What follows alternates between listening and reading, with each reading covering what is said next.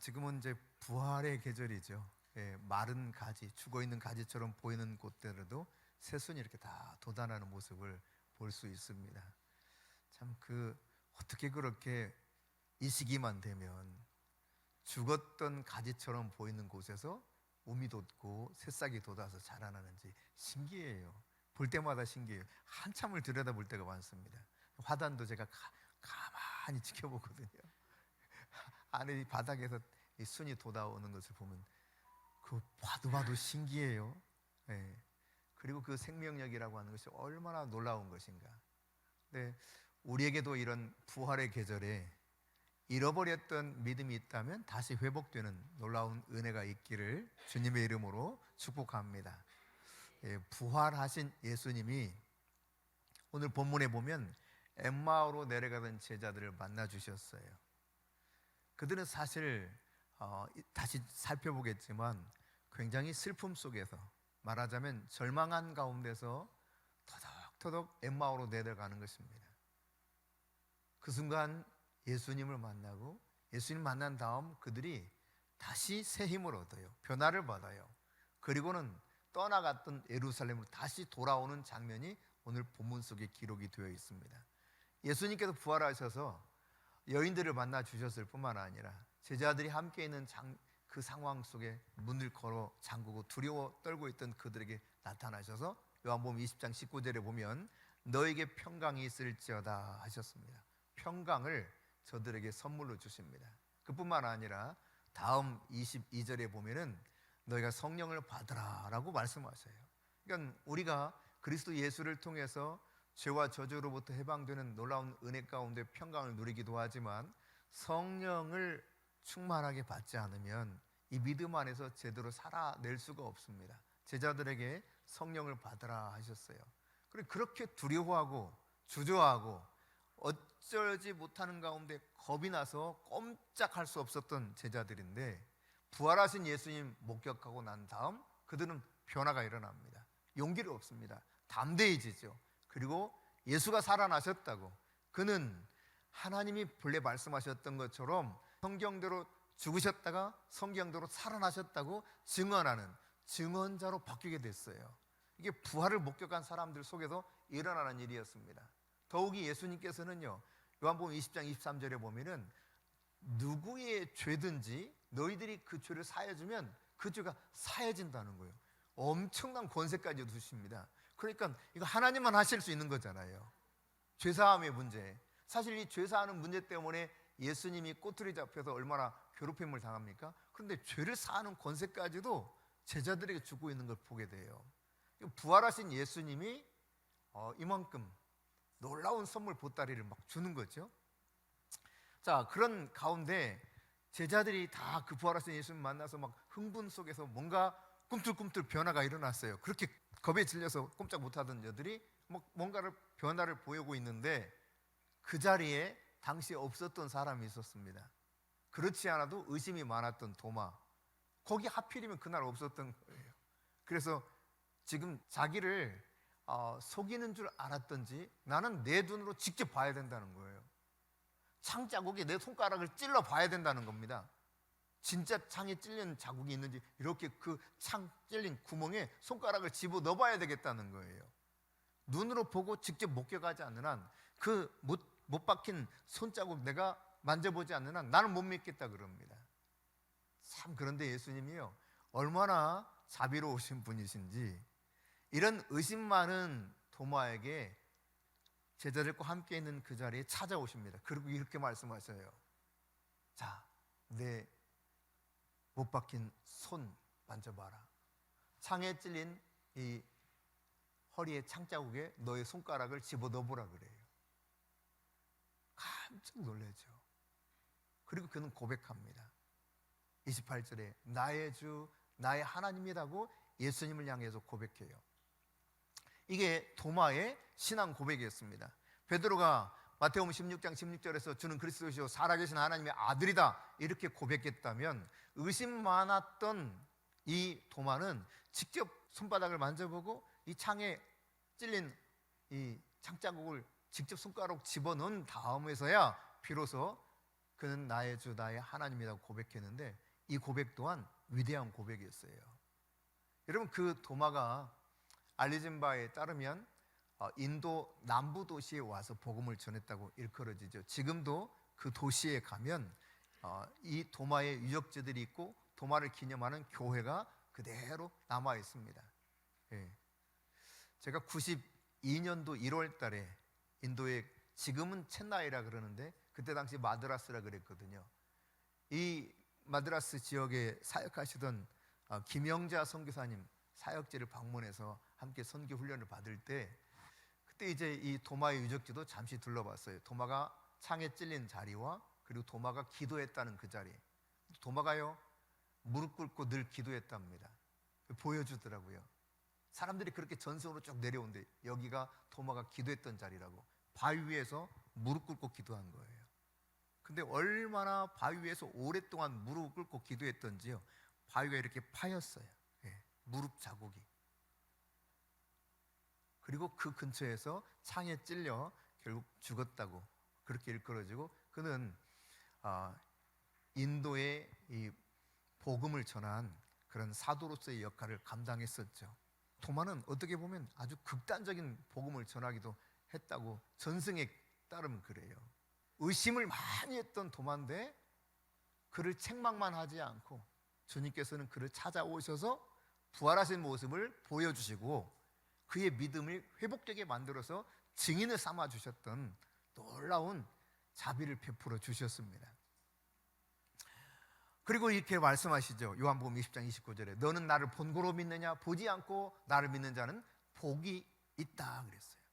여러분, 혹시 부활하신 주님을 직접 목격하신 분 여기 계십니까? 안 계시죠? 아직 제가 못 들어봐서 안 계신 것 같아요. 사도바울 이후에 부활하신 예수를 만났던 분들이 흔치 않을 겁니다. 그런데 여러분, 보지 않고 우리가 예수를 믿는다고 하는 것, 이것이 얼마나 큰 복인가. 주님이 그렇죠. 주님이 너는 나를 본고로 믿느냐? 나를 보지 않고 믿는 자들은 복되도다. 옆 사람에게 당신은 진짜 복된 사람입니다. 복된 사람이에요. 보지 않고도 믿을 수 있는 복된 사람들. 그렇습니다. 자, 오늘 이 엠마오 이야기로 다시 돌아와 보는데, 엠마오의 두 제자가 이제 예루살렘에서 엠마오로 내려가는데, 엠마오라고 하는 것은 따뜻한 우물, 그런 의미를 가지고 있는 지명이에요. 그래서 학자들은 아마 온천이 거기 있지 않았을까 이런 이야기도 합니다. 예루살렘으로부터 서북쪽으로 25리 떨어졌어요. 오늘 본문에 나오는 것처럼 25리, 즉 약 11km 정도 떨어진 그 지역에 있는 자그마한 도시입니다. 거기로 내려가는 거죠. 근데 여러분, 오늘 본문에서 보여주고 있는 것처럼 그들은 슬픈 기색을 띠며 지난 이야기들을 쭉 하면서 내려가고 있죠. 다시 말해 절망에 빠진 채 그들이 엠마오로 가고 있었다는 이야기입니다. 우리가 조금 전 찬양을 하면서 엠마오로 내려가는 그 제자들이 바로 우리들의 모습처럼 고백하며 찬양했습니다. 신앙생활 하다가 많은 사람들이요, 절망에 빠져요. 왜 그러면 이 엠마오로 내려가는 제자들이 절망에 빠졌고 어떻게 그들이 회복되었는가, 우리가 오늘 본문을 중심으로 해서 살펴보기 원합니다. 이 두 제자는요, 예수님의 12제자는 아님이 분명합니다. 그들이 돌아와서 제자들을 다시 만나서 제자들에게 주께서 과연 살아나셨다 증언하거든요. 이것을 보면 12제자는 아니에요. 그리고 그 중에 한 사람은 글로바라는 이름을 가졌습니다. 그 이름은 명성의 아버지라는 뜻이거든요. 다시 말해 그는 상당히 좀 명성이 있었던 사람 가운데 하나였을 가능성을 보여줍니다.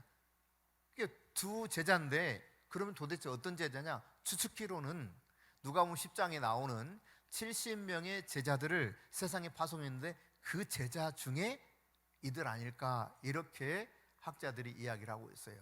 그러나 큰 상관이 없습니다. 누구든지 어쨌든 주님을 잘 따라가는 제자였는데 지금은 슬픔과 절망에 사로잡힌 채 엠마오를 향해서 내려가고 있어요. 유대 산지의 예루살렘 중심 도시에서 이제 세팔라 지역을 향해서 쭉 내려가고 있는 이 엠마오로 가고 있는 두 제자를 소개해 주고 있습니다. 여러분 17절 하반절에 보면은 이렇게 기록하죠. 두 사람이 슬픈 빛을 띠고 머물러 섰더라. 그러니까 그들은 슬픔 가운데, 절망 가운데 있어요. 왜 그래요? 사실 눈이 가려져서 그렇습니다. 눈이 가려져서요. 인생이 영적인 눈이 가려지면 슬퍼요. 낙심이 돼요. 절망이 찾아옵니다. 두렵습니다. 그런데 이들만 그런 것이 아닙니다, 여러분. 시편 90편 10절에 보면은 우리의 연수가 70이요 강건하여도 80일일지라도 우리 자랑이 뭐라고요?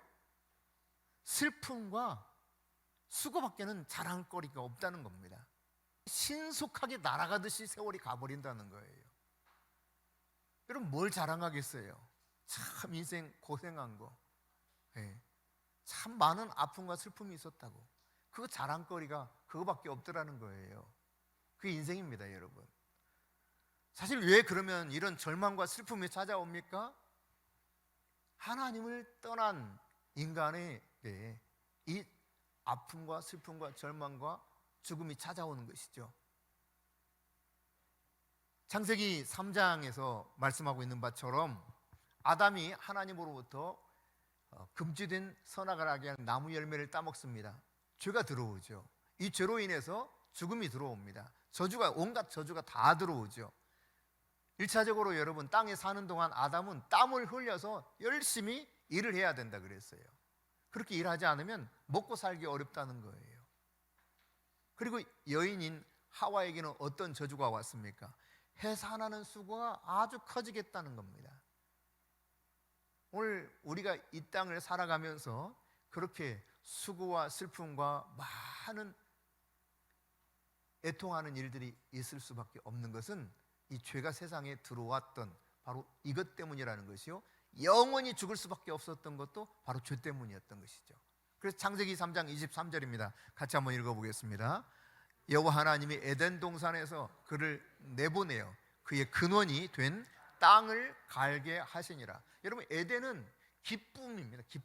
기쁨이 있는 동산이었어요. 뭐든지 그냥 자연적으로 먹을 게 풍성했습니다. 하나님 마음껏 누리게 하셨습니다. 근데 그 기쁨을 다 상실해 버리죠. 그리고 에덴에서 쫓겨나서 본래 그 근본인 흙으로 만들어졌기 때문에 그 근본인 흙을 열심히 갈면서 살게 만들었다. 참 인간이 왜 그렇게 뼈 빠지게 고생하면서 일합니까? 그 아담 할아버지 때문에 그래요. 아담 할아버지가 그러지 않았어도 우리가 정말 너무 기쁘게 슬픔이란 건 전혀 없이 완전한 그 기쁨 가운데서 영원히 사는 거야, 하나님과. 아담 한 사람의 범죄 때문에 로마서 5장에서 말씀하고 있는 것처럼 모든 사람이 다 죄인이 되었고 아담 한 사람의 죽음으로 인해서 사실 그 안에서 다 죽게 된 것이죠. 네.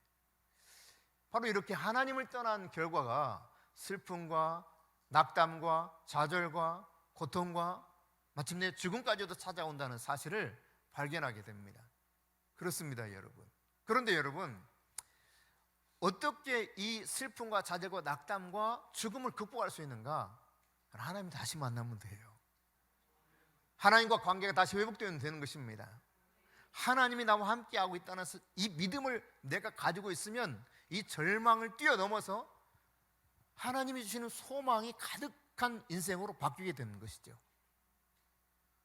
똑같은 환경에서 살아가고 있습니다. 그러나 하나님을 향한 믿음 있는 사람들은 달랐어요. 여러분 다니엘서 6장에 보면 다리오 왕 통치 시절입니다. 이 신하들이 말이죠, 어떻게 해서라도 다니엘을 끌어내리기 위해서 작당을 하고 음모를 꾸미는데 다리오 왕은 그 제안이 그럴싸하게 들렸기 때문에 오케이 하고 서명을 해서 쫙 공포를 하죠. 앞으로 30일 동안은 어느 누구도 왕 외에는 다른 이들에게 절하거나 구하지 못하게 딱 어명을 내렸어요. 어명을. 만일 이것을 어긴 사람이 있으면 사자굴에 집어넣겠다는 것입니다. 그런데 다니엘은 어떻게 합니까? 평상시와 다름없이 2층으로 올라가요. 다락으로 올라가요. 그리고 창문을 딱 열어요. 예루살렘에 가서 창문을 열고 평소처럼 여전히 기도하는데 하루에 3차례 기도를 계속하는 겁니다. 당연히 눈에 띄죠. 붙잡혀 갑니다. 그리고 사자굴에 던짐을 받습니다. 그러나 여러분, 다니엘서 6장 22절에 보면 뭐라고 말합니까? 같이 읽습니다. 나의 하나님이 이미 그의 천사를 보내어 사자들의 입을 봉하셨으므로 사자들이 나를 상해하지 못하였사오니 이는 나의 무죄함이 그 앞에 명백함이 오며 또 왕이여 나는 왕에게도 해를 끼치지 아니하였나이다. 네. 하나님이 함께 하시는 이 놀라운 믿음을 가졌던 다니엘은 사자굴 속에서도 전혀 문제가 없었어요. 모함했던 다른 사람들이 결국 이 일로 인해서 그들이 사자굴에 던짐을 받죠. 그때 어떻게 되셨습니까, 여러분? 다니엘에게는 가만히 있었던 이 사자들이요, 땅에 떨어지기도 전에 팍 뛰어올라서 그들을 으스러뜨리면서, 뼈를 으스러뜨리면서 그들을 잡아 먹어버립니다. 여러분, 하나님을 믿는 사람은 사자굴에 떨어져도 두려워하지 않는다니까요. 네. 사도행전 27장에 보면 사도 바울이 로마로 압송당하는 장면이 나와요. 바울이 말했습니다. 지금 가면 우리 큰 태풍을 만날 수 있다. 그러니 과동하고, 그러니까 겨울을 지내고 가자 그랬어요. 그랬더니 선장과 선주가 아니다고 그래요. 아이고, 우리가 뭐 한두 번 배를 몰아봤습니까? 이 바다는 내가 다 압니다. 다 알아요. 환합니다. 갑시다. 까짓것 무슨 문제가 있겠습니까? 얼마나 능숙한 선장 선원입니까? 백부장이 들어보니 빨리 압송하는 게 좋겠다는 판단을 한 거죠. 바울의 말을 듣지 않고 선장과 선주의 말을 듣고 출항했어요. 처음에는 잔잔합니다. 그래서 그들이 옳은 줄 알았어요. 그럼 얼마 가지 않아서 어떻게 됩니까? 유라굴로라고 하는 광풍을 만나요. 미친 바람이란 뜻이죠. 아주 막 대단한 바람을 만나는 겁니다. 저는요, 정말 파도가 그렇게 무서운 거를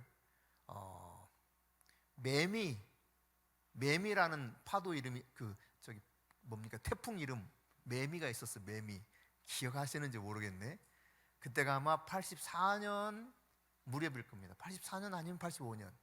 매미라는 태풍이 왔을 당시에 얼마나 태풍이 무서운가. 그때 이제 절절히 심각했습니다. 여러 차례 태풍을 지나가는 걸 목격했지만 제가 근무하던 섬에서, 제가 전라남도 진도군 조도면 서거차도 무지개 별장이라는 곳에서 제가 별장에서 살았어요. 별장에서. 그래서 근무를 했는데 말이죠, 제가 산 꼭대기에서 레이더 기지에 근무했거든요. 그런데 이 파도가 밀려오는데 어마어마해요. 그러니까 태풍의 파도가 팍 치고 올라오는데요, 한 3분의 1은 올라오는 것 같아. 우와, 엄청나더라고요. 겨우겨우 막 몸을 앞으로 막 힘을 기울여야 바람 맞서서 몸이 뒤로 밀리지 않아요. 배들이 그렇게 큰 것도 다 꼼짝 못합니다. 그런데 여러분, 유라굴로 광풍이라고 했으니까 아마 그 정도 유사한 바람이 불었으리라 생각해요. 근데 그 정도 불었으면 뒤집어졌을 거예요. 요즘 배가 아니고 그때 당시의 배는. 그럼 어쨌든 유사한 그런 바람이었을 겁니다. 제가 배를 타고 이 바다를 왔다 갔다 하면서 폭풍우를 만난 적이 있어요. 이게 파도가 앞에서 이렇게 몰아치면 배가 이렇게 출렁출렁 하거든요. 이걸 피칭이라고 해요. 피칭. 힘들죠. 그럼에도 불구하고 이건 좀 견딜만해. 네. 견딜만 하는데 옆에서 파도가 쳐오면, 그러니까 항로는 지금 이렇게 가야 돼. 근데 파도는 이렇게 쳐와요. 이럴 때 이거 배가 이렇게 좌우로 막 움직입니다. 이걸 노링이라고 해요. 노링이 치면 사람이 정신을 잃어버립니다. 하해요. 다 토해내요. 일어설 수 있는 기력도 없어요. 아마 유사한 그런 모습이었을 거예요. 이들이 다 기진맥진해가지고 먹지도 못해, 일주일째 먹지 못했다 그랬어요.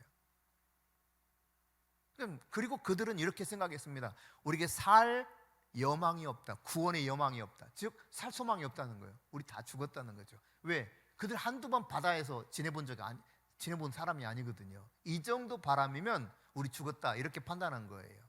그러나 그 밤에 어떻게 했습니까? 하나님께서 바울에게 나타나셨습니다. 바울아, 안심하라. 이 사람들 절대 죽지 않는다는 거예요. 사도행전 27장 25절입니다. 같이 읽습니다. 그러므로 여러분이 안심하라. 나는 내게 말씀하신 그대로 되리라고. 누구를 믿는다? 하나님 믿는다. 하나님. 하나님을 믿기 때문에 지금 이렇게 광풍이 몰아쳐서 죽을 지경이지만 여러분 걱정하지 말고 이제 먹으라는 거예요. 우리 산다. 절대 목숨에는 문제가 없다. 배는 문제가 생길지 모르죠. 우리는 산다. 여러분 왜 그렇게 담대합니까? 왜? 하나님을 믿기 때문에 그래요. 하나님을 믿으면 절망을 이겨낼 수 있습니다. 하나님을 믿으면 이 절망의 폭우에서 소망의 항구로 나갈 수 있게 되는 거예요. 여러분 시편 121편 6절입니다. 낮의 해가 너를 상하게 하지 않겠다는 것입니다. 밤의 달도 너를 절대 해치지 못하도록 하나님이 주장하시겠다는 거예요. 이 말은 무슨 말입니까? 낮이나 밤이나 상하거나 해함을 받지 않도록 내가 너의 보호자 되어줄게, 그 말씀이에요. 할렐루야. 여러분의 보호자가 어떤 특정한 누구가 아닙니다. 돈이 여러분을 보호해 주는 것도 아닙니다. 권세 있는 자가 여러분을 안심하게 해줄 수 있는 것도 아닙니다. 언젠가 그 권자에서 내려오면 문제가 생기게 되어 있죠. 하나님이 함께 계시면 낮이나 밤이나 하나님이 보호하신단 말이에요. 눈동자처럼 지켜주시는 것입니다. 그래서 하나님과 함께하는 사람, 믿음을 가진 사람은 절망할 필요가 없어요. 인생의 절망거리들이 많이 몰려올 수 있겠죠.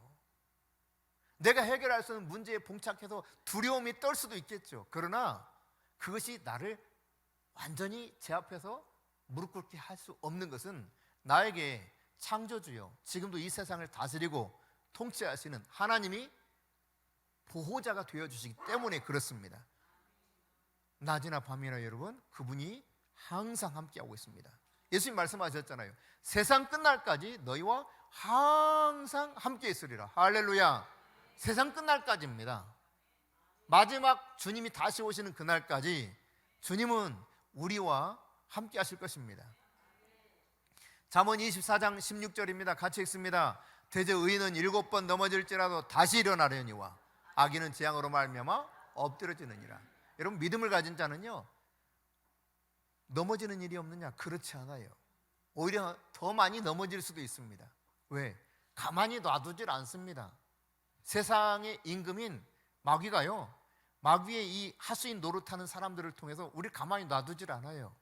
그러나 7번 넘어져도 일어난다니까요. 6번 넘어지고 7번 넘어져도 상관없어요. 수십 번을 넘어져도 상관은, 그 7번이 단순한 숫자를 말하는 것이 아닙니다.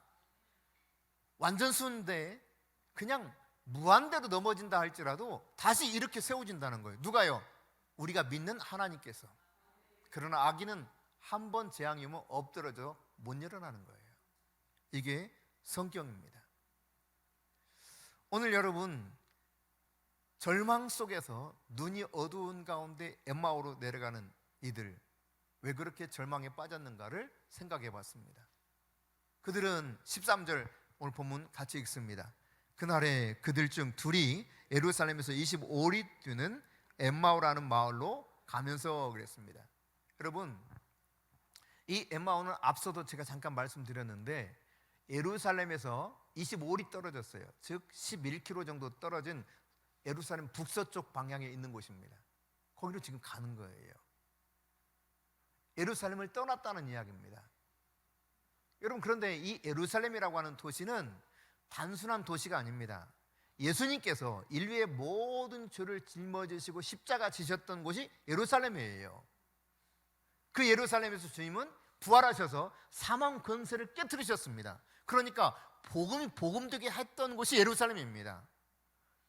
하나님의 구속 사건이 일어난 가장 중심적인 그 도시, 그곳이 예루살렘이에요. 그런데 이 하나님이 놀라운 구속의 역사를 베풀어 주셨던 십자가와 부활이 있었던 그 장소, 그 중심지를 지금 저들은 떠나가고 있다는 이야기입니다.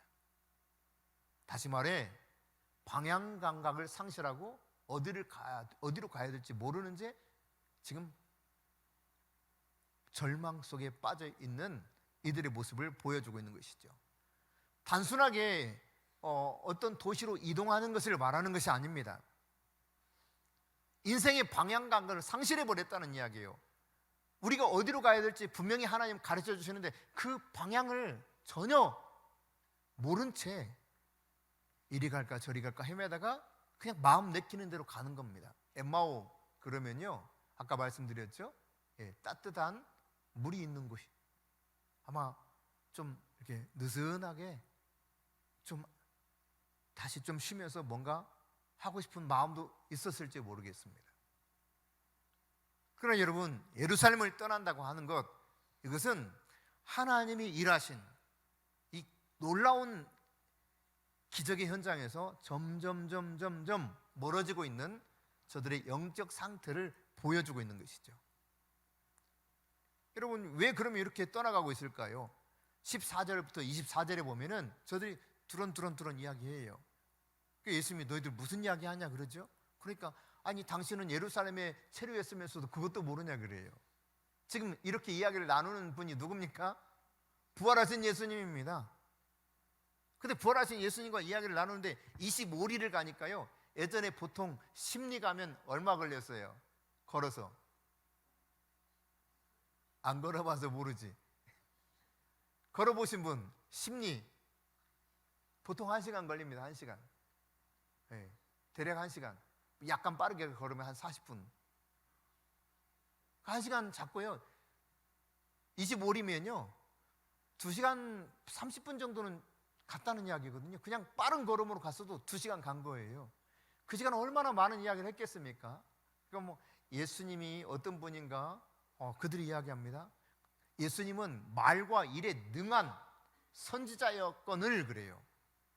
그러니까 예수님이 구세주요 메시아가 아니라 그들의 입장에서는 말도 기가 막히게 잘하고 진짜 능력을 많이 행한 이전의 선지자와는 다른 특별한 선지자로 생각했다는 이야기죠. 그러니까 근데 그들이 생각한 것들을 쭉쭉쭉쭉 이야기하면서 가는데, 근데 말이지, 대제사장들에게 넘겨져 가지고 신문을 받고 결국은 십자가에 죽었다는 거예요. 그러더니 부활했다는 소식이 들려오는데, 여자들이 안식구 첫날 가가지고 무덤에 딱 들어봤니 예수님 시신은 없고 천사가 나타나가지고 예수는 여기 계시지 않고 부활하셨다, 갈릴리로 가라, 말씀하신 대로 거기 먼저 가 계시니 너희들이 가서 제자들에게 말해라, 뭐 이런 이야기를 쭉 주고받았다는 것이죠. 그리고 그 말을 듣고 예수님이 제자 두어 사람이 그러는데, 요한복음 보면 그 두 제자를 소개하고 있습니다. 시몬과 한 사람은 누굽니까? 요한입니다. 요한. 이 두 사람이 그 무덤가에 가가지고 안에 들어가 본 거예요. 확인했어요. 진짜 없어요. 세마포만 둘둘둘 감았던 세마포만 남겨져 있고 예수님이 안 계시는 거예요. 그런 일들 등등등을 쭉 이야기하면서 걸어가고 있습니다. 그러니까 여러분, 예수님에 대한 소문, 십자가 사건, 여자들이 부활에 관한 이야기를 전한 거 다 저들이 나눴어요. 그런데 문제는 말이죠, 이것이 어떤 것을 의미하는지 이해를 못하고 있더라는 이야기입니다. 저들이 이게 도대체 뭔 일인지를 깨닫지 못하고 있더라는 이야기예요. 그러니까 사건에 대한 이야기는 다 들었어요. 사실 이것은 예수님이 이미 3차례나 말씀하셨죠. 내가 이렇게 예루살렘에 올라가서 넘겨지고 십자가에 죽임을 당할 것이지만 사흘 후에 나는 다시 살아나리라. 3차례나 말씀하셨어요. 구약에도 예언도 있고 예수님이 친히 3번이나 말씀하셨습니다. 그리고 그들은 그것을 직접 확인했어요. 그러나 아직 이해가 안 되는 거예요. 왜 그래요? 예수님과 동행하는데 사건에 대해서는 다 보고 들었을지 모르지만 이 사건에 대해서 바르게 해석을 못하는 겁니다. 부활하신 주님이 멀리 계셨던 게 아니에요. 이 부활하신 주님이 어디 계신 겁니까? 지금 자기 곁에 있어요. 엠마오로 내려가는 그들과 함께하고 있습니다. 그 도상에 같이 지금 주고받고 하시는 거예요. 여러분, 여러분이 절망한 자리, 여러분이 끝없이 슬픔에 쌓여서 그냥 정신없이 세상으로 갈 때 주님은 그곳에 함께 여전히 계시다는 사실을 기억하시기 바랍니다. 그리고 쭉 대화를 나누셨잖아요. 그런데 부활하신 주님이 그렇게 가까이 계심에도 불구하고 그들은 15절 16절입니다. 같이 읽습니다. 그들이 서로 이야기하며 문의할 때 예수께서 가까이 이르러 그들과 동행하시나 그들의 눈이 가려져서 그인 줄 알아보지 못하거늘. 눈이 가려졌다는 거. 눈이, 영적인 눈이 열리지 않았다는 이야기입니다. 카라테오, 이게 가려졌다 이 말은 힘있게 붙잡혔다 그런 뜻이에요. 그러니까 무언가에 꽉 붙잡혀 있는 상태, 이게 눈이 가려진 상태입니다. 여러분, 이들은 무엇에 이렇게 꽉 붙잡혀 있었을까요? 자기들의 해석 방식이었어요. 하나님의 말씀이 아니라 자기들의 해석 방식에 꽉 붙잡혀 있는 거예요. 이게 이 자아가 얼마나 무서운가를 알아야 돼요, 여러분. 내 자아가 강하면 아무리 기적이 일어나도요, 그 기적에 대한 해석을 제대로 할 수가 없습니다. 참 놀라운 일이네, 그 정도에 그치는 거예요. 살아계신 하나님이 어떻게 하시는가를 알 수가 없어요. 그냥 무덤덤해요. 그들이 이 소식을 다 들었다니까요. 아마 목격도 했을지 모릅니다. 그러나 그들은 슬픔과 좌절 가운데 눈이 가려진 채 터덕터덕 내려가면서 예수님과 대화를 나누는데도 몰라요. 그만큼 여러분, 잘못된 해석을 하게 되면 부활하신 예수님을 전혀 알아볼 수 없게 된다는 이야기입니다. 여러분이 어떤 사건에 대해서 나의 생각과 나의 관점으로 잘못 해석하고 하나님의 말씀에 의해서 우리가 바르게 이거 상황을 해석하지 못하면 결국 어떻게 되느냐, 이 엠마오로 내려가는 제자들처럼 인생의 방향 감각을 상실한 채 자기들이 옳은 줄 알고 그 길로 가요. 이게 옳다고 생각하고 가는 거예요. 그들이 그르다고 생각하고 갔겠어요? 그렇지 않습니다, 여러분. 자신들의 판단이 옳다고 생각하는 거예요.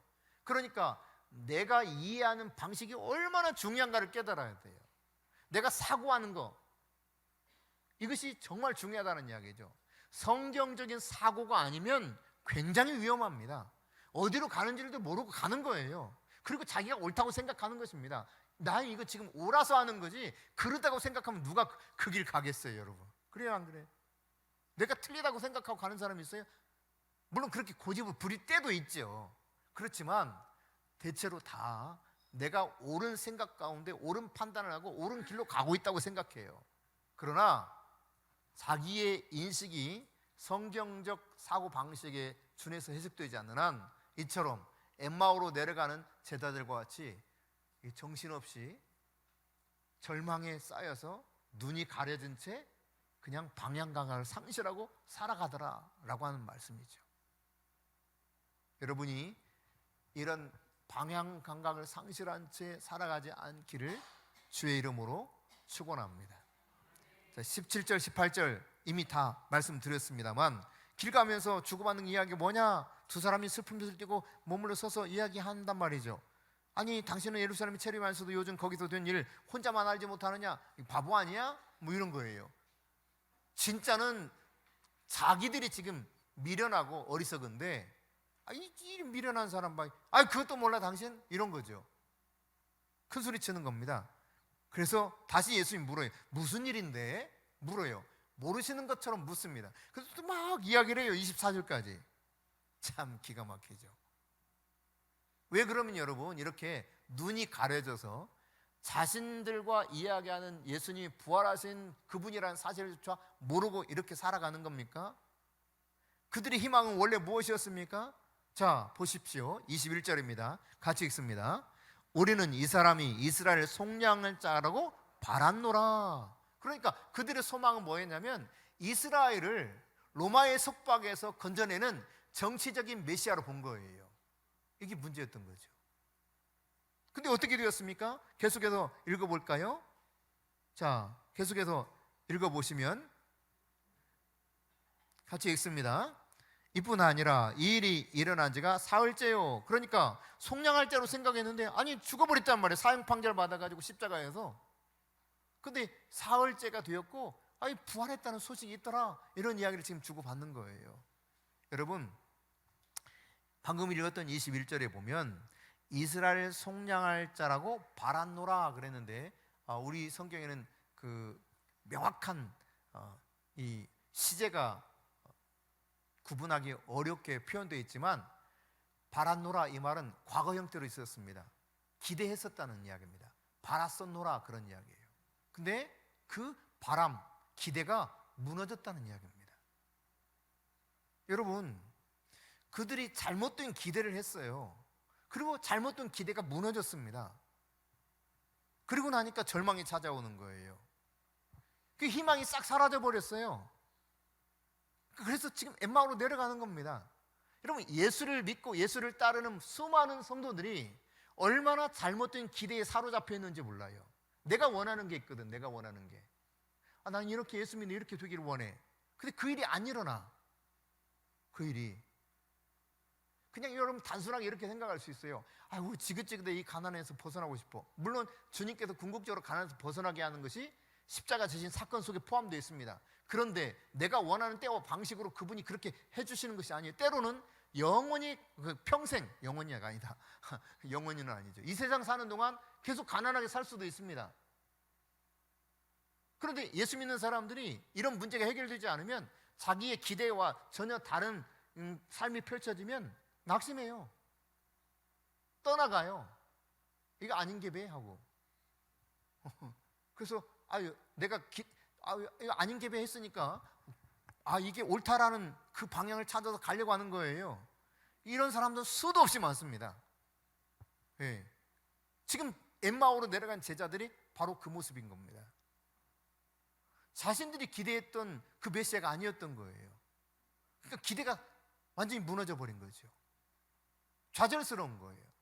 더 이상 어디에 소망을 둘 데가 없어. 그냥 터덕터덕 엠마오로 슬픔 속에 내려가고 있어요. 이게 인생이라는 거예요. 이게 인생. 여러분 찬양했잖아요. 잘못된 기대를 가지고 살면 여러분 끊임없는 슬픔과 절망과 낙담이 여러분을 누르게 됩니다. 주님을 잘 알아야 돼요. 주님께서는 나를 따르라 했습니다. 나를 따를 때 먼저 자기를 부인하고 자기 십자가를 지고 나를 따르라 그랬습니다. 그러니까 예수님을 따라가는 길은 고난의 길이에요. 좁은 길이에요. 근데 사람들은 넓고 편한 길을 원해요. 아닙니다, 여러분. 근데 좁고 어려운 길을 따라갈 때요, 그러면 날마다 어렵고 힘드냐? 절대 그렇지 않아요. 다니엘을 보세요. 바울을 보세요. 예수님의 제자들을 보세요. 따라가는 그 길이 너무 고통스럽다고 아이고 나 못해 먹겠다 그랬습니까? 그리고 내가 이거 잘못 살았다 이렇게 하고 뛰쳐나갑니까? 그렇지 않았어요, 여러분. 오히려 그 길을 기뻐했죠. 감사했죠. 즐거이 주님을 따라갔습니다. 노 크로스 이 말이 있는 이유 다음에는 노 크라운이라는 단어가 따라갑니다. 그러니까 십자가 없는 영광의 멸류관은 기대할 수가 없습니다. 수많은 사람들은 고난의 길은 차치하고 내가 원하는 특정한 것을 기대만 해요. 이게 무너지면, 이게 성취가 되지 않는다고 판단되면 떠나는 거예요. 이거 아닌가 보다. 다 들었다니까요. 놀라운 말씀을 가르치는 것도 들었고 기적도 봤어요. 그리고 부활했다는 소식까지도 들었어. 그러나 그들은 여전히 우리가 바랬었는데 아니더라고요 하고 가는 거예요. 오늘 여러분이 어떻게 살아가고 있는가 잘 한번 깊이 들여다볼 수 있기를 바랍니다. 부활을 제대로 이해하지 못하는 가장 큰 이유, 그것은 특별한 은혜가 없어서 아닙니다. 특별한 사건을 경험하지 못해서가 아닙니다. 잘못된 해석을 하면서 잘못된 기대를 했기 때문에 그런 것입니다. 오늘 여러분 이들을 향해서 예수님께서 25절입니다. 뭐라고 말씀하십니까? 미련하고 선지자들이 말한 모든 것을 마음에 더디 믿는 자들이라고 말씀합니다. 미련하다는 거예요. 미련하다. 세상에서는 똑똑한지 모릅니다. 그러나 주님은 미련하다고 말합니다. 그들이 인간적인 지식이 없어서 그렇습니까? 아닙니다. 영적인 눈이 열리지 않은 이들을 향해서 미련하다고 말해요. 그러니까 진리를 이해하지 못하는 상태를 주님께서는 미련하다라고 말씀하고 있는 것입니다. 부활하신 예수님을 모르고 있는 거죠. 그래서 26절, 27절에 보면 예수님께서 자세하게 성경에 어떤 이야기가 그리스도에 대해서 표현되어 있는가를 가르쳐주고 있어요. 모세와 선지자의 글을 시작해가지고 잘 풀어서 설명을 해줍니다. 그리고 이런 고난을 그리스도가 받은 다음에야 비로소 영광에 들어간다라는 사실을 언급하고 있죠. 근데 수많은 사람들은 이 고난은 생각하지 않는다니까요. 영광만 생각하는 영광만. 그 주님이 다시 이들에게 이 사실들을 가르치고 있는 거죠. 여러분, 이렇게 자세하게 설명한 것은 무엇을 기반으로 예수님 설명했다고요? 모세와 선지자의 글에 기록된 내용, 즉 구약 성경을 가지고. 그러니까 성경에 예언된 말씀들이 무엇인가, 율법의 선지서에 표현된 내용들이 무엇인가, 그리고 그 말씀들은 그대로 성취되었다는 사실을 자세하게 풀어서 저들에게 설명했어요. 그랬더니 어떻게 됩니까? 32절이에요. 성경을 풀어주실 때 우리 속에서 마음이 어떻게 됐다? 아우, 뜨겁더라는 거예요. 와, 마음이 막 뜨거워져요. 이건 단순한 감정을 말하는 것이 아닙니다.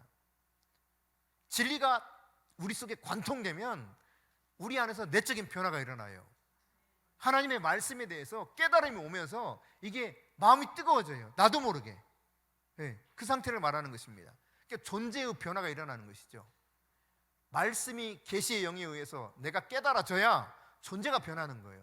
그래야 세상이 주님이 보시는 바른 관점으로 해석이 되기 시작해요. 이 바르게 해석이 되지 못하면 인생이 늘 낙심되고 절망스럽고, 이래봤자 무슨 소용 있나 싶어요. 예수 믿어봤자 소용없을 것 같고, 열심히 수고를 해도 아무런 소용이 없을 것 같고, 이게 다 어리석은 잘못된 해석 때문에 나오는 것들이거든요. 근데 이처럼 주님께서 이들이 비록 방향 감각을 상실하고 눈이 어두워서 미련한 가운데 있지만 이들에게 찾아와서 말씀을 풀어주시더라라고 되어 있어요. 이제 절망과 슬픔 가운데 엠마오로 내려가던 저들이 다시 예루살렘 올라오는 장면들이 이어서 소개되고 있는데요. 먼저 그 전에 30절 31절입니다. 시작. 그들과 함께 음식 잡수실 때 떡을 가져다 축사하시고 떼어 그들에게 주시니 그들의 눈이 밝아져 그인 줄 알아보더니 예수는 그들에게 보이지 아니하시는지라. 여러분, 여기 눈이 밝아졌다. 밝아졌다. 예. 디아노이고라고는 단어를 쓰는데, 눈이 밝아졌다는 말은 열렸다 그런 뜻이에요. 완전히 이해가 됐다 그런 뜻입니다. 이게 완전히 깨달아진 거예요. 그 모세와 선지자의 글이 바로 이런 거였구나. 이걸 자세히 풀어서 설명할 때 확 눈이 뜨인 거예요. 하나님께서 계시해 주신 것이죠. 진리의 성령을 통해서 계시해 주셔서 이 말씀이 훅 들어온 거예요. 그래서 단순하게 어떤 인식한 차원을 뛰어넘어서 계시의 영이 열리니까 말씀의 깊이가 깨달아지고 이로 인해서 뜨거워지는 이런 것을 볼 수 있죠. 그러니까 주님께서 말씀을 자세히 가르쳐 주실 뿐만 아니라 떡을 떼어서 주시고 이들이 눈이 열렸어요. 여러분, 이게 교회의 본질을 우리가 보여주는 것입니다. 말씀과 성찬 가운데 부활하신 예수님을 경험하는 공동체가 바로 교회예요. 교회. 말씀을 통해서, 성찬을 통해서 예수 그리스도가 십자가와 부활을 우리에게 선물로 주셨다는 사실을 계속 경험하는 겁니다. 자, 이렇게 되니까요, 33절입니다. 시작. 곧 그때로 일어나 예루살렘에 돌아가 보니 11 제자 및 그들과 함께한 자들이 모여 있어 그랬습니다. 여러분, 엠마오로 본래 내려갔었어요. 슬픔과 좌절과 낙담이 빠져가지고. 그런데 그들이 33절에 보니까 곧 그때로 일어나 그래서 이 말을 다시 직역하듯이 풀어서 설명하면 즉시 그 밤에 다시 예루살렘으로 돌아갔다는 이야기입니다. 여러분, 앞서 살펴본 것처럼 예수님이 계속 가려고 하니까 이 엠마오로 내려간 두 제자가 이미 날도 어두워졌으니 더 여기서 유하시고 우리와 같이 있다 가세요 해서 붙잡았잖아요. 그러니까 어두워진 겁니다. 날이 저물었습니다. 다시 돌아가는 데는 위험이 따릅니다. 강도를 만날 수도 있습니다. 그런데 이들이 말이죠, 눈이 떠지니까, 예수님을 다시 만나니까 이 감격 때문에 도저히 가만히 있을 수가 없는 거예요. 어떠한 위험이 있어도 전혀 굴하지 않고 이 소식을 너무 기뻐가지고 가서 예루살렘에 올라가 제자들에게 전하기 원했던 것이죠. 인생이 바른 방향으로 다시 전환된 것입니다. 예수님을 만나야, 부활하신 예수님에 대한 바른 이해가 있어야 인생을 바르게, 방향을 바르게 정해서 갈 수 있게 되는 것이죠. 절망 가운데서 일어서게 되었어요. 이제는 사명을 향해서 뜨거운 마음을 가지고 막 가는 것입니다. 방향 전환이, 이런 방향 전환이 여러분에게도 있기를 축복합니다. 여러분의 질문합니다. 여러분, 주님이 여러분을 만났던 자리에서 점점 멀어지고 있습니까? 아니면 하나님께서 일하신 자리, 그곳을 향해서 여러분이 더 가까이 나아가고 있습니까? 주님은 다양하게 우리에게 말씀과 은혜 속에서 만나 주셨습니다. 저들은 슬픔과 좌절에 빠져서 엠마오로 내려가다가 이제는 더 이상 이렇게 살아서는 안 된다는 사실을 깨닫고 33절 하반절에 말씀하고 있는 것처럼 11 제자가 있는 그곳에 올라가요. 즉 공동체로 돌아갔다는 이야기입니다. 믿음의 공동체로 돌아간 거예요. 살아계신 하나님의 놀라운 역사가 있어도 그 현장으로 돌아간 것입니다. 그들이 돌아가서 제자들과 함께 하는 일들이 생긴다는 사실을 이야기하죠. 그러니까 여러분, 부활을 하신 예수님에 대해서 내가 개인적으로 체험한 것은 물론이거니와 이것을 공동체에 가서 함께 나누는 거예요. 공동체로서 점점 멀어지는 것은 위험한 거거든요. 예루살렘에 떠나서 엠마오로 가는 것은 위험한 것입니다. 그러나 내가 다시 돌아가서 공동체에 합류하는 것, 살아계신 하나님의 역사가 있는 그 자리에 내가 같이 하는 것, 이것이 나를 살리는 것이고 공동체에게 격려가 되는 것이고 공동체가 바로 주님 뜻대로 서게 되는 거예요. 그러니까 여러분이 많은 경우에 있어서는 성도들이 이렇게 생각합니다. 나 주일 예배 드렸어, 여기 만족해요. 아닙니다, 여러분. 대grup으로 모였으면 속으로 모여서 공동체 안에서 내가 만난 부활하신 예수님에 대한 이런 살아있는 간증이 있어야 되는 거예요. 내가 주님을 말씀 속에서, 내가 주님을 삶의 현장 속에서 내가 이렇게 만났다. 그리고 난 지금 슬픔과 좌절 속에 빠졌는데 나도 엠마오로 내려간 제자들처럼 내가 눈이 어두워져서 그런지 모르겠는데 내가 지금 절망 가운데 있고 소망이 없다. 나눌 수 있어야 돼요. 그때 함께 하는 공동체들을 통해서 부활하신 주님이 어떤 분인가를 알고 다시 회복되는 역사가 일어나야 된다는 이야기입니다. 그들이 여러분 34절 보면 뭐라고 증언합니까? 주께서 과연 살아나셨다는 거예요. 할렐루야. 주께서 과연 살아나셨고 그리고 나서 시몬에게서 보이셨다는 겁니다. 이게 여러분 확실한 증거였어요. 이런 부활은 우리를 위로해주는 단순한 이야기가 아닙니다. 아, 우리 살 거야, 다시 살아, 이런 위로하는 이야기가 아니란 말이에요. 우리 인생을 송두리째 바꿔주는, 방향을 확실하게 옳은 방향으로 전환시켜주는 역사적인 사건이요, 신비한 사건이에요. 낙심한 사람들에게 부활은 다시 그를 일으켜줍니다. 살아있는 하나님의 이야기들이 많이 있는 현장에서 떠나간 자들이 다시 돌아오게 만드는 겁니다. 침묵하던 사람들의 입을 벌려서 주께서 과연 살아나셨다 증언하게 만드는 것, 그것이 바로 부활입니다. 할렐루야. 여러분, 우리는 선택해야 돼요. 엠마오로 내려갈 것인지 아니면 예루살렘을 향해서 올라갈 것인지. 오늘 하나님께서 당신 지금 어디로 가고 있는가 우리가